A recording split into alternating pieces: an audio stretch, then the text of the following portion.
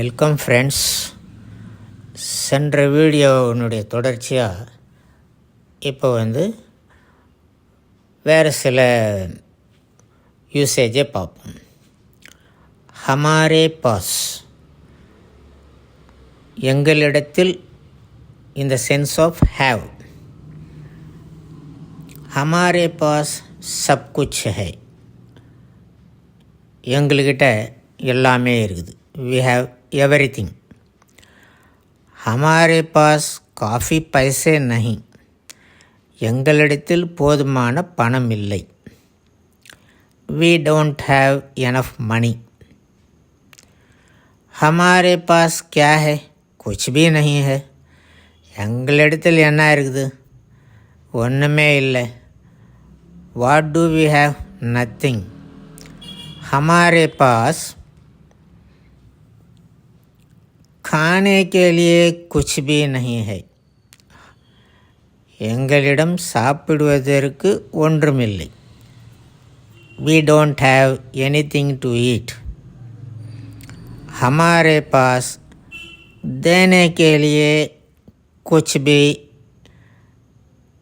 नहीं है, எங்களிடம் கொடுப்பதற்கு ஒன்றுமில்லை. We don't have anything to give. இதற்கு அடுத்து ஒரு யூசேஜை பார்ப்போம். உன்கே பாஸ், இதற்கு என்ன பொருள் அப்படின்னா, அவரிடத்தில், அவர்களிடத்தில், அவைகளிடத்தில். எக்ஸாம்பிள் பாருங்கள்.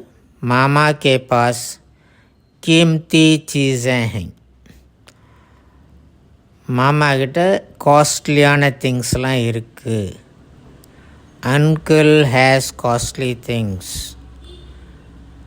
உன்கே பாஸ் क्या नहीं है, सब कुछ है,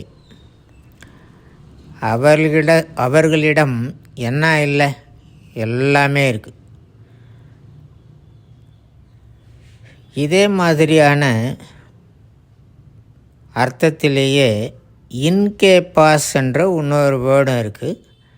இதற்கு என்ன அர்த்தம் அப்படின்னா, இவருக்கு அருகே, இவர்களுக்கு அருகே, இவர்களிடம், இவரிடம் அப்படின்ட்டு பொருள் எடுத்து இதே மாதிரியான பேட்டர்ன்லேயே நீங்கள் நிறையா சென்டென்ஸை உருவாக்கி பேசலாம். இன்னொரு வார்த்தையும் இப்போ எக்ஸ்ட்ராவாக உங்களுக்கு அறிமுகப்படுத்துகிறேன். கிஸ்கே பாஸ் அப்படின்னு ஒரு வார்த்தை.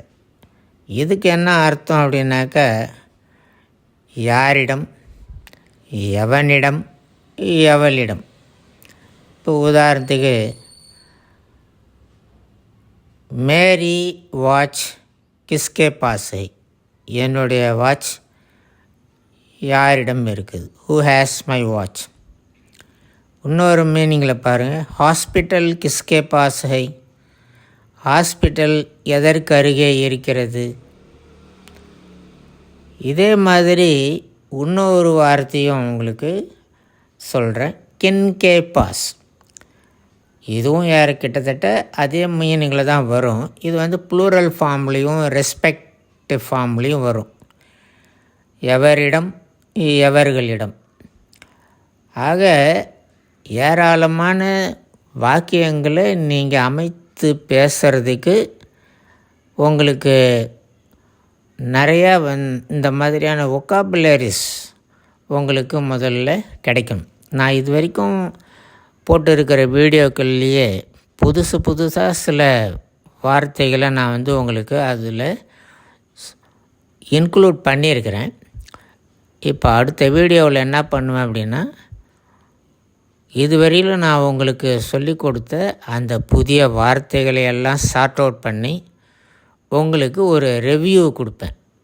அப்போ அந்த வேர்ட்ஸ் எல்லாம் மறுபடியும் நீங்கள் ரீகால் பண்ணி, இவ்வளோ வேர்டு நாம் தெரிஞ்சு வச்சுருக்குறோமா அப்படிங்கிற அளவுக்கு நீங்கள் அதை யூசேஜில் கொண்டுக்கிட்டு பேசி பயன்படுத்தி பாருங்கள். தேங்க்யூ.